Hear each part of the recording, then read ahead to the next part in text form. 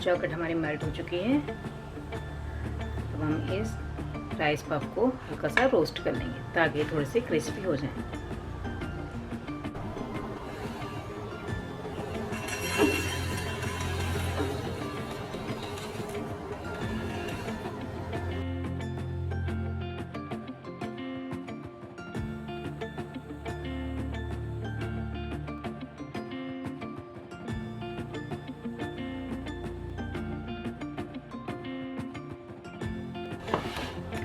हम इसमें डालेंगे हनी,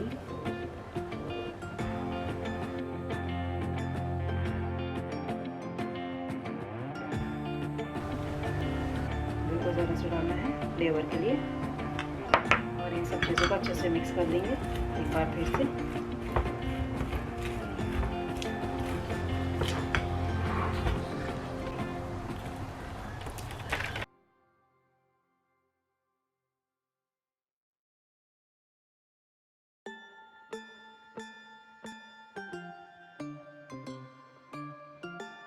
2 घंटे हो चुके हैं फ्रिज में रखे हुए। इसको निकाल देंगे इस तरह और इसकी कटिंग करेंगे। इस तरह पीसेस कर लीजिए। चलिए अब हम इसकी प्लेटिंग करते हैं।